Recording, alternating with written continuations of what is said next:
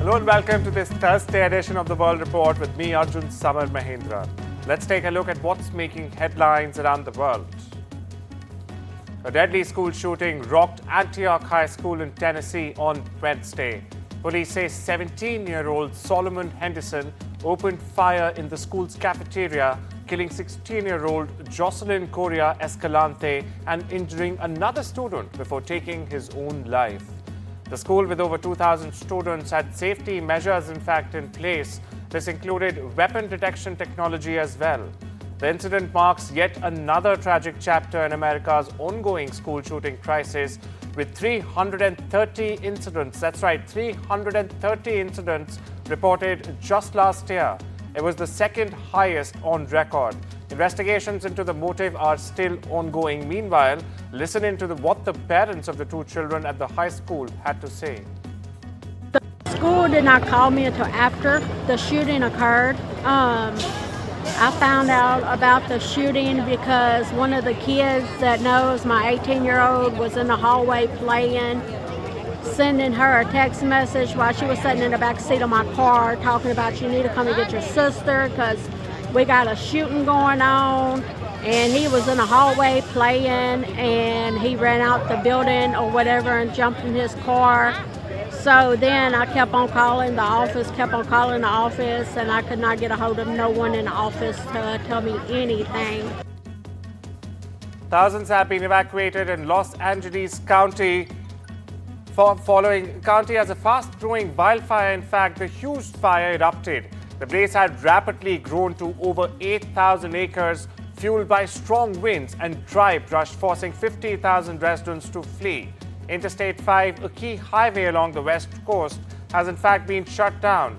Though no homes or businesses have been damaged yet, this comes as the region is already grappling with two massive wildfires earlier this month that destroyed multiple neighborhoods.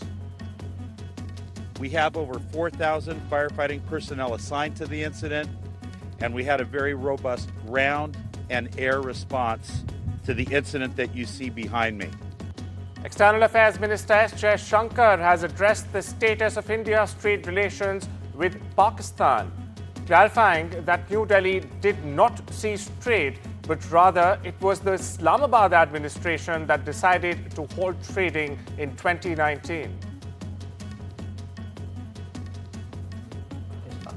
देखिए, trade हमने तो बंद नहीं किया, जो किया तो उनके प्रशासन ने जो 2019 में जो निर्णय लिए गए कि भारत के साथ व्यापार नहीं करना, वो उनके साइड से था। तो हमारा जो इस मुद्दा के बारे में हमारी जो चिंता जो थी, शुरू से हमारा हित था कि हमें MFN स्टेटस मिले, कि हम पाकिस्तान को MFN स्टेटस देते थे, वो हमको देते नहीं थे। तो आज पिछले साल के बाद ऐसी कोई पाकिस्तान के साथ बैठ के ऐसी कोई बात नहीं हुई व्यापार के बारे में, ना उनके यहाँ से कोई ऐसा इनिशिएटिव आया है। Staying with the External Affairs Minister, Dr. S. Shankar also said he shares concerns about delay in visa processes with U.S. Secretary of State Marco Rubio during his meeting. In a press briefing, EAM S. Shankar has stated visa delay impacts businesses and tourism, while saying India is open to the legitimate return of Indian nationals living illegally abroad, including in the US. He also highlighted that India supports legal migration.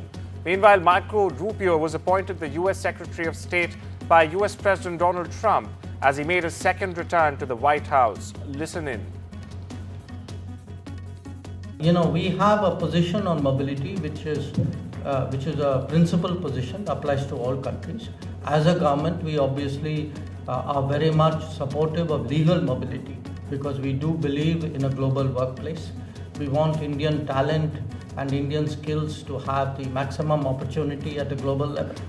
At the same time, we are also very firmly opposed to illegal mobility and illegal migration, because you also know that when something illegal happens, many other illegal activities get joined onto it.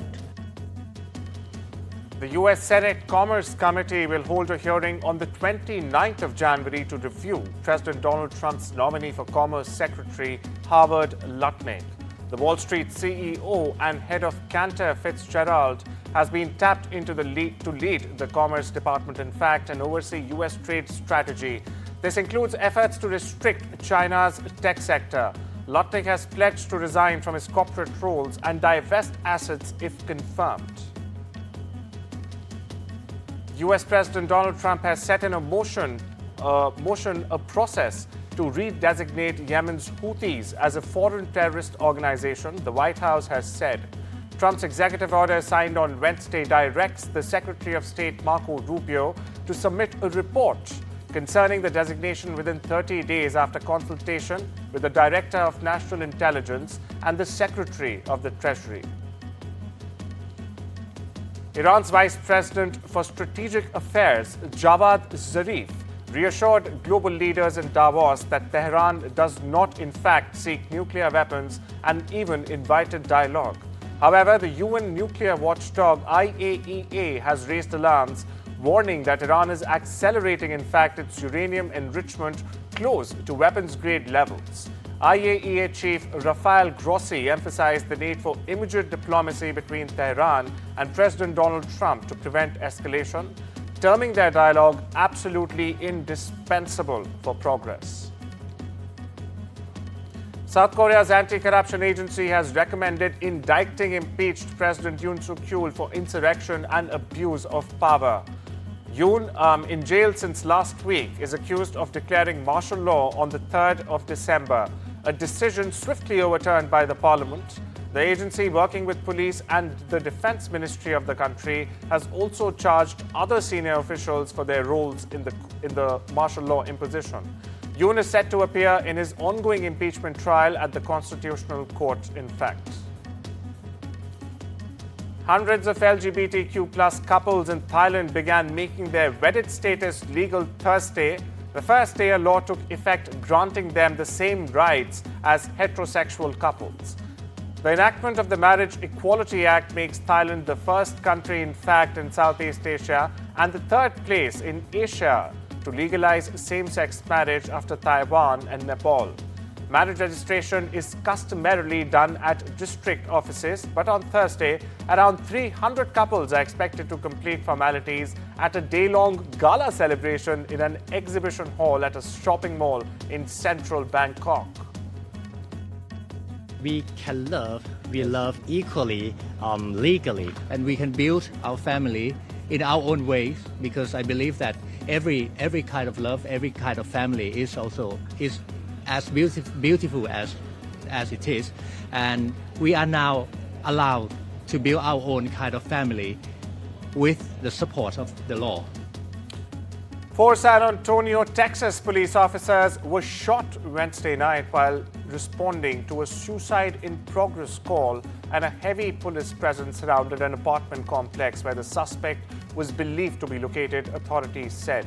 San Antonio Chief of Police said special weapons and tactics were setting up to try to detain the suspect, described as a man in his 40s, in the neighborhood of Stone Oak. McManus said that none, in fact, of the officers are believed to be in a life-threatening situation. Saudi Arabia's Crown Prince Mohammed bin Salman has announced an investment of $600 billion in the United States over the next 4 years. The comments came after U.S. President Donald Trump mused about returning to the kingdom as his first foreign trip. The remarks came in a phone call with Trump, although it isn't clear as of now where those investments in trade could be placed. Attorney generals from 22 states have in fact filed a lawsuit to prevent U.S. President Donald Trump from ending the decades-old birthright citizenship policy, which in fact guarantees U.S.-born children citizenship regardless of their parents' immigration status. Trump's executive order, issued late Monday and spanning roughly 700 words, fulfills a campaign promise. However, its outcome is uncertain, with a lengthy legal battle over immigration policies expected. The Democratic Attorney General and immigrant rights advocates say The question of birthright citizenship is a settled law, in fact, and that while presidents have broad authority, they are not quote-unquote kings.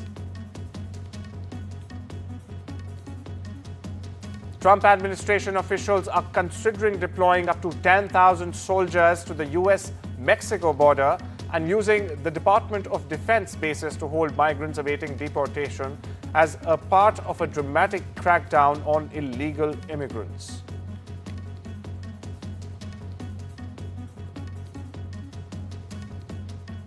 US President Donald Trump has warned that he will impose high tariffs and additional sanctions on Russia if Russian President Vladimir Putin fails to end the war in Ukraine. In a post on his social media platform Truth Social, Trump stated that by pushing for a resolution, he was doing Russia and President Putin a quote-unquote very big favor. And US President Donald Trump is doubling down on his trade war threats, vowing to hit the European Union with tariffs and discussing a new 10% punitive duty on Chinese imports, in fact. Trump linked the potential tariffs directly to the ongoing fentanyl crisis, accusing China of sending the deadly drug into the US via Mexico and even Canada. This week, Canadian Prime Minister, in fact, outgoing Canadian Prime Minister Justin Trudeau emphasized that Ottawa is a safe, secure and reliable partner in an uncertain world, adding that the alternative would be more reliance on Russia, China or even Venezuela. The focus on American prosperity and national security marks a new turn, in fact, in Canada's strategy as it seeks to navigate the volatile relationship with Trump administration. All of this while trying to prevent a potential trade war that could severely impact the economies of both the countries. China is calling on the United States to end what it calls unreasonable sanctions, specifically those imposed in response to alleged cyber attacks. In a fiery statement at a press conference on Wednesday, Chinese Foreign Ministry spokeswoman Mao Ning urged the US to work with China to ensure peace and stability in cyberspace, while demanding an end to what she describes as indiscriminate sanctions. Listen in. 中美都是网络大国，双方在维护网络安全，特别是关键基础设施安全方面有相似的关切，应该在平等和相互尊重的基础上，以事实证据为依据，开诚布公讨论各自关注的事项，遵守相同的国际规则，共同维护网络空间的和平与稳定。美方应当停止滥施制裁的错误做法。 Colombian President Gustavo Petro visited Haiti on Wednesday as part of a whirlwind trip to strengthen ties with the violence-wrecked country, in fact. He was expected to meet with officials and talk about potential joint projects focused on sectors including but not limited to agriculture, technology and the economy. Now, this is according to a statement from Petro's office. His visit comes as Haiti's Prime Minister and a transitional President Council continue to reach out to various countries as Haitian police officials and a UN-backed mission led by Kenya struggle to contain gang violence. Severe cold weather is gripping the US south as a major winter storm bridges record-breaking snowfall and frigid temperatures to the Gulf Coast. Icy conditions have in fact blanketed parts of the region, with the dangerous weather expected to continue. In response to the storm, governors across the South, including Florida's Ron DeSantis, have declared state emergencies.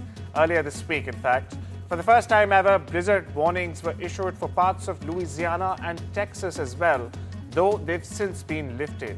The storm is affecting states from Texas to Florida as well as Georgia, and has resulted in multiple deaths and injuries and caused widespread travel disruptions and even closures.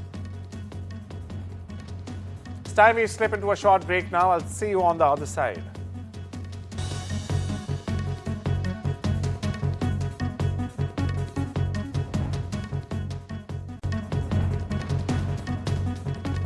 Welcome back. You're watching The World Report with me, Arjun Samar Mahendran. Tesla is increasing prices for all its vehicles in Canada starting the 1st of February. Model 3 variants will see the steepest rise of up to $9,000 Canadian dollars, or almost 5,50,000 INR, while Model Y, S and X cars will cost an additional 4,000 Canadian dollars or roughly 2,50,000 INR. Tesla has not provided reasons for the price hike, however. The company currently imports all vehicles to Canada from its plants in the US and China. Amazon is shutting down its operations in Quebec, eliminating 1,700 jobs across 7 sites in the province. The company announced it will phase out operations over the next 2 months and return to a third-party delivery model. In Quebec, in fact, is home to Amazon's only unionized workforce in Canada. It has prompted Ottawa to express dissatisfaction with the move. HTC has announced the sale of part of its extended reality XR unit to Google for a whopping $250 million. Now, the deal, expected to be closed in the first quarter itself, includes transferring some employees to Google. Both companies will also explore future collaborations to enhance the Android XR ecosystem. The move follows Google's 2017 acquisition of HTC's smartphone operations for $1.1 billion at the time. US President Donald Trump's nominee for Transportation Secretary, Sean Duffy, has pledged to maintain the production cap on Boeing's 737 MAX planes until safety standards are in fact assured. The cap was imposed after a mid-air incident last year involving a missing panel. Now, Duffy, confirmed unanimously by the State Commerce Committee, emphasized Boeing needs quote-unquote tough love to improve production quality. 3 tech giants, in their pursuit for global dominance in artificial intelligence, have united, in fact, for the cause, setting up the world's largest AI project. It will be called Stargate. The announcement was made by Donald Trump at a special press conference at the White House. Elon Musk, however, has cast his doubt over the mega project. The team which will spearhead the ambitious project includes Sam Altman, founder of ChatGPT, maker OpenAI, Oracle chairman Larry Ellison, and SoftBank CEO Masayoshi Son.